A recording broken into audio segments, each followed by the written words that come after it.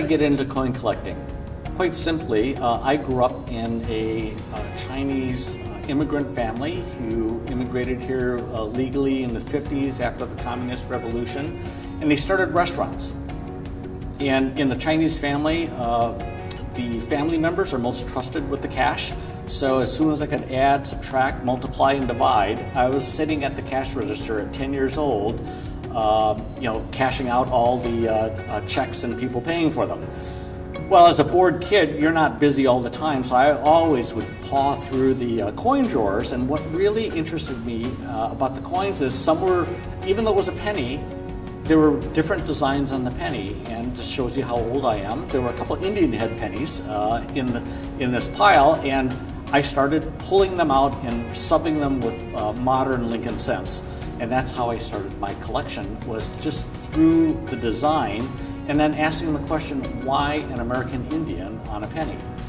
So that just started a lifelong passion of coin collecting with a focus on designs that really meant something, because that's what originally attracted me to coins. So the coins that I really collect now are really from the era of roughly 1906 to the early to mid 30s. Where Augustus St. Gaudens started with the eagle and double eagle, but then some of his students and acolytes like Adolph Weinman, who did the Walking Liberty, the so-called Mercury Dime, the Standing Liberty Quarter, the Buffalo Nickel. Those are my favorite ones because of the design means so much to me.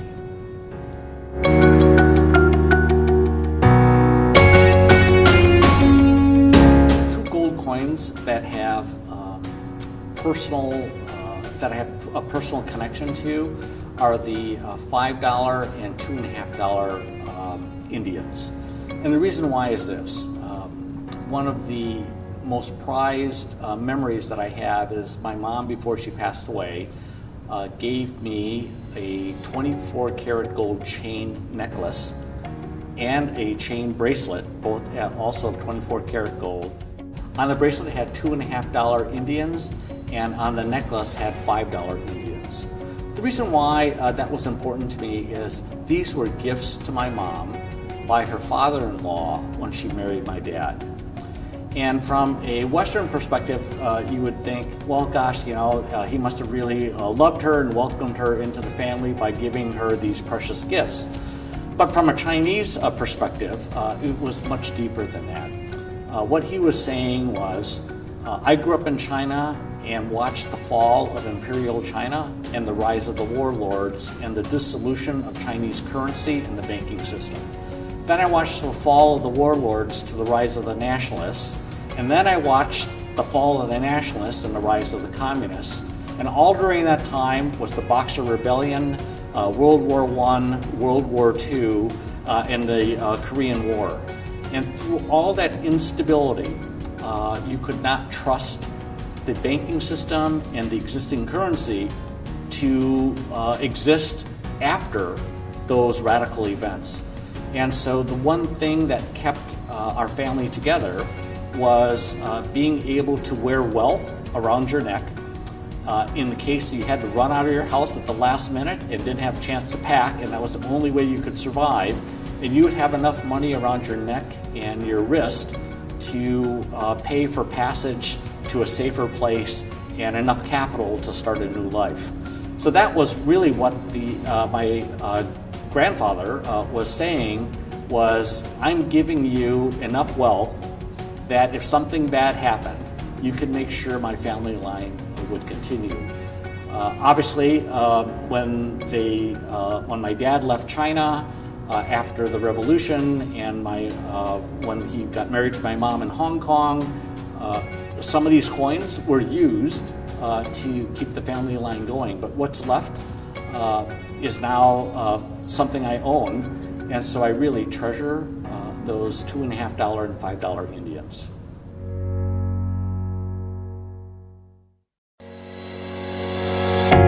So why should people own gold? Well, I think there's really two reasons why people own gold. One is speculating, which is you want to buy gold at a low price and you want to be able to sell it later at a high price. I'm not a smart enough guy to figure out all the ins and outs and ups and downs of that particular market, but given my Chinese background, I have a great affinity for gold as a prudent way to diversify your portfolio. And this is why. When you invest today, you want that portfolio to grow, and most people invest really in three areas. They invest in cash, so they put it in their savings account. They invest in stocks, and they invest in bonds. Well, all those are defined by their relationship to the dollar, whereas gold has intrinsic value by itself. So gold is used for electronics, for computer work, for art like gold foil, etc. And so there's another way to kind of stabilize that gold price apart from its relationship to the dollar. So what that means is gold doesn't go up and down with the dollar. Gold actually goes in the opposite direction. So when the dollar increases in value, gold decreases, and when the dollar decreases in value, gold increases.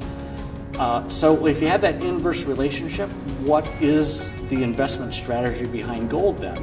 Well, you should have enough gold, like an insurance policy, in your portfolio that if inflation hits, and for example, the Federal Reserve's target for inflation is 2%, that means $100 today will be worth $98 tomorrow. And if gold in an inflationary environment reacts opposite, gold increases in value when the dollar decreases in value, then you want to have gold as an insurance policy to balance whatever the dollar's doing. But like a good insurance policy, you don't want to have a bigger insurance policy than what you're insuring. So if the dollar goes up and those investments do well, you don't want to have gold going down that weighs down on that increased investment. And so for most people, like for me, it's about 5% of my net worth that is invested in gold. And that for my particular portfolio, that is a good insurance policy to protect against inflation.